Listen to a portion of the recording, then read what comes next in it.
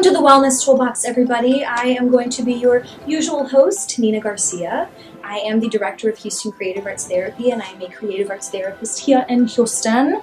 And to my left is the lovely Bridget Therese. Hello, guys. Ladies, thanks for tuning in today. And she will be helping me host today's episode, since normally it'll be you guys actually sharing your stories with me, and we'll be holding that in this space. But today, it is my story that's going to be told. So I'm here to help facilitate, so you can share your story. Yes, I'm happy to be here. Thank you. The Wellness Toolbox is really about destigmatizing conversations around mental health and wellness, right? So whether you've had trauma or drama in your life, right, which would be all of us at some point, right? It's challenged, if not your mental health, then your state of wellness, right? If we start, breaching this sort of divide between I can have conversations about this all the time and I can never talk about this, right? That's then we've moved at least one step forward on the bridge, right? Exactly. We want to start to bridge that divide. Yes. Okay. All right. So are we ready? Let's do it. Let's do it. Okay. As we're doing this expression session, we sort of had some movements together, and we were doing this at one point, right? And then we were doing this, and we were flying, right? And I was like, yes, I want people to be soaring in their recovery, whatever that recovery is from. I want them to be, on top of their recovery. I want them to be able to see their recovery clearer from the get-go. In the expression session, what kept coming up for me was this sort of like smoky fog that is all these different colors, and you can't see through it. And even if you wanted to grab one of those colors and hold on to it, you really can't. You don't get that anymore. You don't get that sense of safety in grabbing a color and holding on to it. Your world really gets shook. So that's what we're here to talk about today, is the tool that I used to help me sort of facilitate my own recovery, which is a giant metaphor. And we'll get more into that in a bit. So Nina, as you're getting into your story, where were you in your life when your story begins?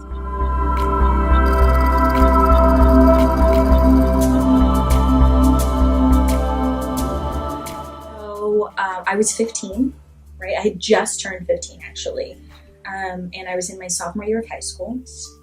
I had been given a new voice lesson teacher that ended up being sexually assaulted by this teacher. Over the course of that year, but developing PTSD from this, from what I consider to have been an attack, and then something that became, for lack of a better phrase, normalized for me over that year, and then afterward to not have anybody check in on me, to not have anybody check up on what I needed. There was no support after that ended for me. So it's been almost 13 years since then. And in our expression session, we kind of talked about how you wish you would have had tools to get you through it faster. Yeah. So let's talk about that. And so if as a 15-year-old, something traumatic happens to me, right? And I had no friends who wanted to talk about it, that trusted. There was always sort of this question of, did it really? Because he told me something different, right? Yeah. And so a victim blaming that happened a lot. People just... right? They don't want to hear that. They don't want to hear this. That's what happened. Yeah. It's not comfortable. And people don't like to sit with that. Yeah. My family, who loved me and supported me, and thank God that I have them, but didn't talk with me about it, right? And so there's this sense of isolation. And I sometimes I wonder the what if I had gotten a support right then. And I didn't because we don't have conversations around mental health and wellness, and the what ifs of the what could happen if we don't deal with this now. And at 28, I can say I don't identify as having PTSD anymore. I consider myself recovered, which is like, woo, that's big. That is big. Because for a long time, it really affected my relationships, the way that I saw the world. Pivotal point of your life too. It's when you're developing and you're creating the idea of the world in your world in it. Your world and who you are. Yes, who you are, your very identity, and your late teens and your early 20s, and to be working through that on top of just figuring out who you are. Talk about something like shaking your world in a negative way, and just like almost having to dig through that through yourself. So this conversation and the purpose and the reason that you're doing this is so that others can kind of skip those steps and jump ahead and have those tools and break the stigma of talking about those experiences that are causing them to have PTSD. Yeah, yes, and, right? Because I think for some of us, there are some steps that we can skip, right? Yeah. And I think what I really want is for us to condense it, right? Right. Because as far as I go, right, and what I tell my clients all the time, right, is the only way out is through, right? If there's stuff there to process, you can't just take it out of you and toss it. Right. You know what I mean? You really need to process it. So instead of having 12 years of it, right, could we maybe condense it to 2, 1? I don't know, right? And we won't know until we start having these conversations and using these tools, right? Yeah. So we'll get to the tool, and it's really powerful for me, right? And again, it may not work for everyone, and that's okay. But for me, it was the power of a metaphor to know that there was going to be an end, right? And how I noticed it at first was when I was aware enough and like coming in to actually being present with myself, right? Because for a long time I was dissociated, right? When I finally became aware of what was happening, I felt like having this shameful, horrible secret was like a monster in the closet. Yeah. Right? Yeah. That metaphor alone, right? This monster in the closet, where does that sit in my body? It's frightening, it's scared, right? Yeah. And that was how 15-year-old Nina felt, right? And that stood with 16-year-old Nina, 17-year-old, right? That 15-year-old, that role was embodied in my narrative. I'd started with the monster in the closet, and I thought, what's next? What would be the next step after this? Well, if it was just an elephant in the room. Right?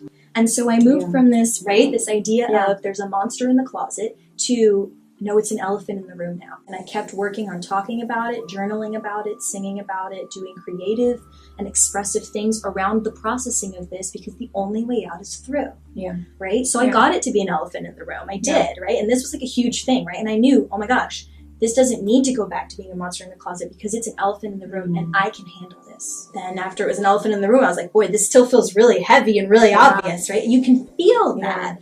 And so from it being an elephant in the room, I was like, what's next? What happens after the elephant in the room, right? And I was like, it's that to-do list on the table that you know you have to do. It's sitting there. It's not checked off. Do you know what I mean? Yes. Right? It's and like sitting in the back of your head all the time. Yes, right? You know you've got to do that. You've got to check it off, you know, and you know that box, it still hasn't been checked. It's been a few years, right? I was like, that's the point that I want to get to. That's how I know that I'll have been processing it, moving through it, right? Doing what I needed to do to keep moving forward, until one day it was just that it was something that needed to be checked off, right? It wasn't an elephant in the room anymore. And at this point, right, I could speak about it because it wasn't an elephant in the room.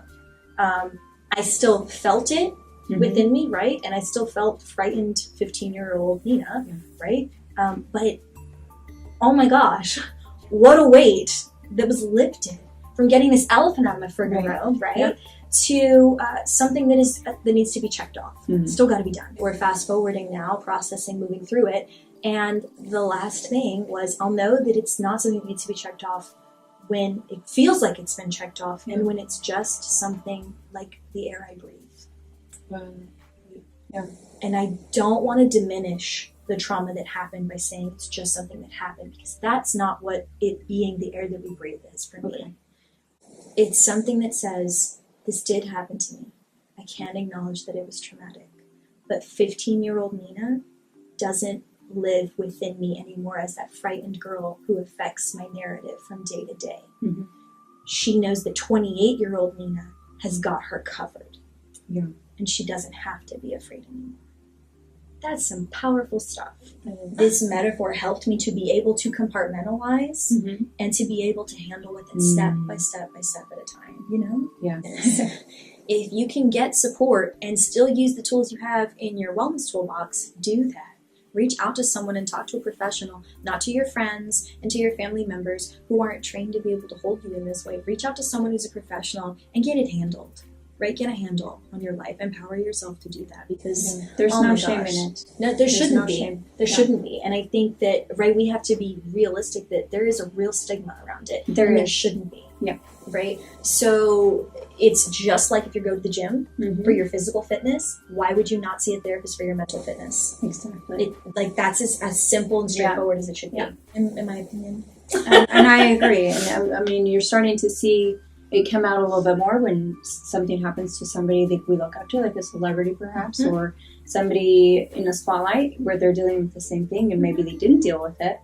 But it really needs to, that stigma really needs to go away. That it's just you go to a doctor if you're sick, no matter what disease you have, no matter how you got it or what happened. So the same thing is with our minds and our spirits. It still needs to be handled because it's going to affect every other area of your life. So along with the tools and the things that you learn along the way and help from people like Nina.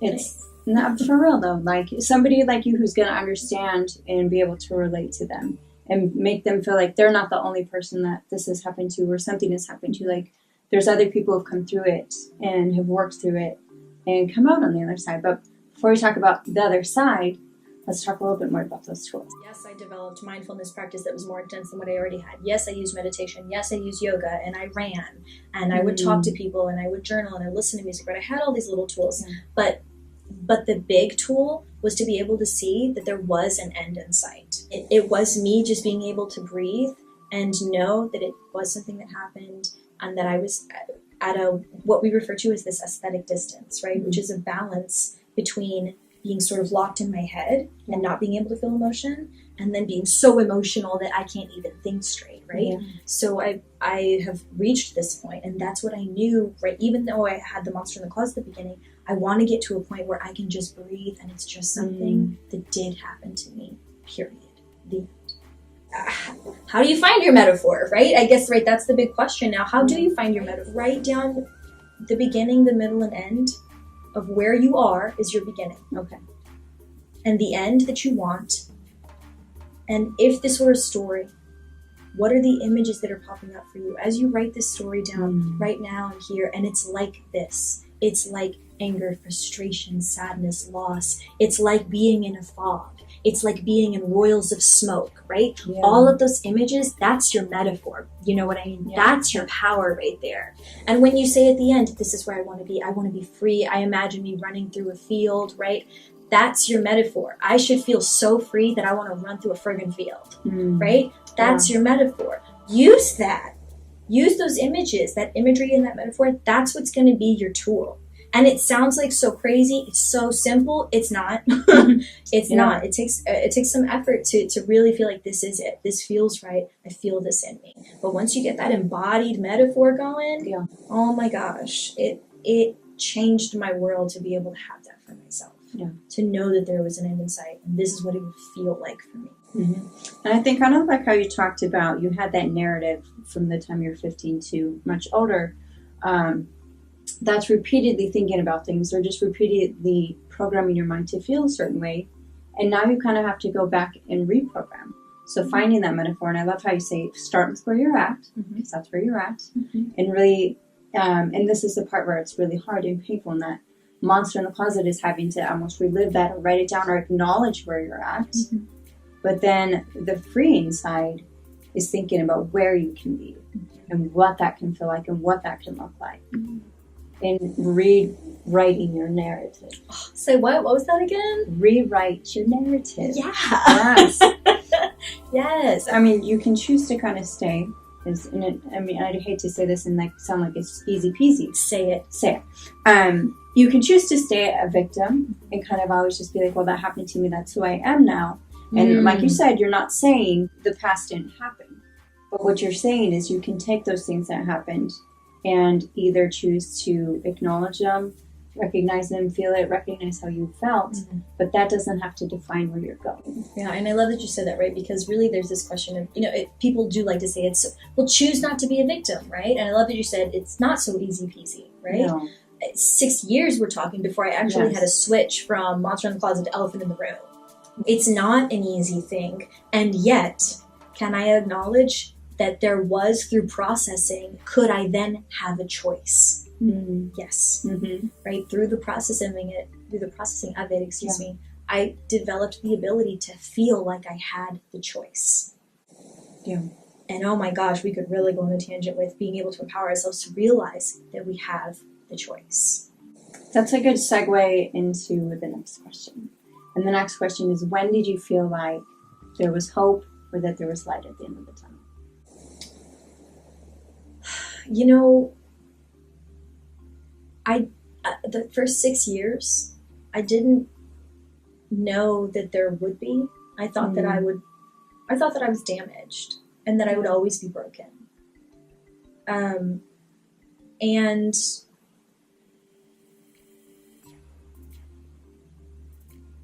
what ended up happening was he had messaged me on Facebook after 6 years. And it's not like we were friends. And he came out of the woodwork, and I didn't respond. And he followed up and he said, I'm sorry if this bothers you, blaming me for everything that he did. And he blocked me on Facebook, right? Wow. And what I realized, like, seriously, what I realized in this moment, oh my gosh. Hold on. Okay, hold on. Holy cow, that was too scary. Oh my gosh, that was so... Listen, y'all. We're gonna need somebody who's in touch with the universe to get back to us on that one.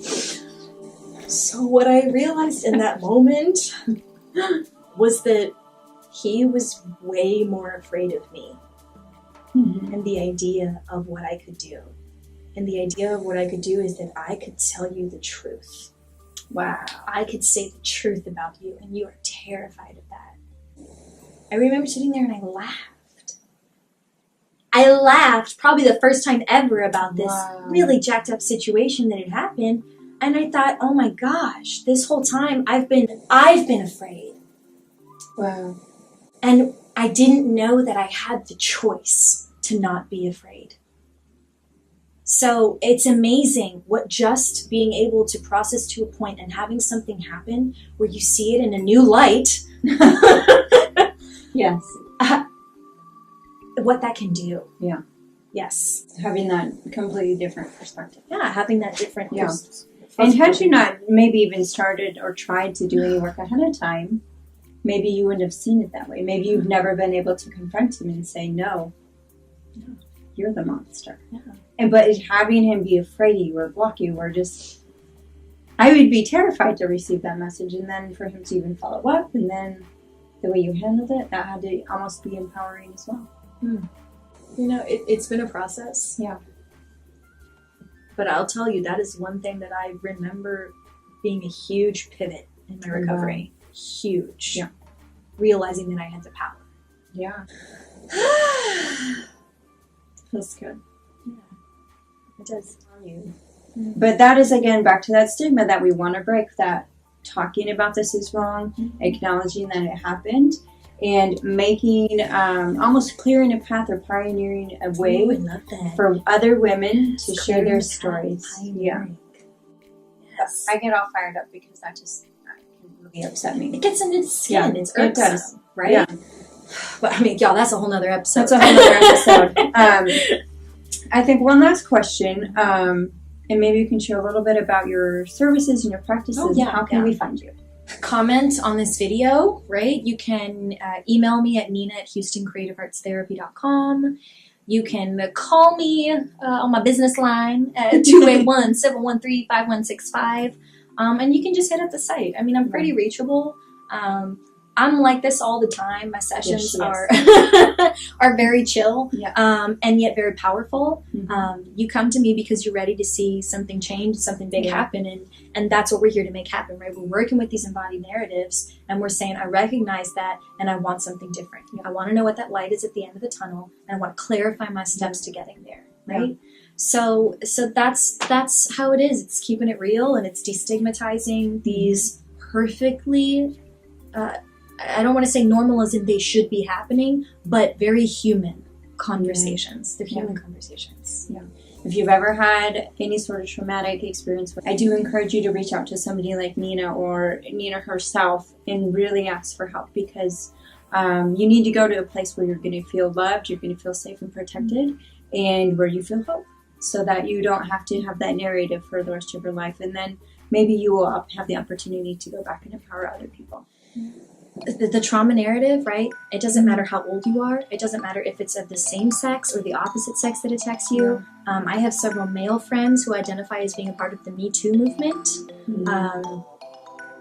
I mean, these are human narratives, folks. If you've got trauma and drama in your life, just reach out and talk to someone who can hold it for you so then you can move forward. Set yourself free.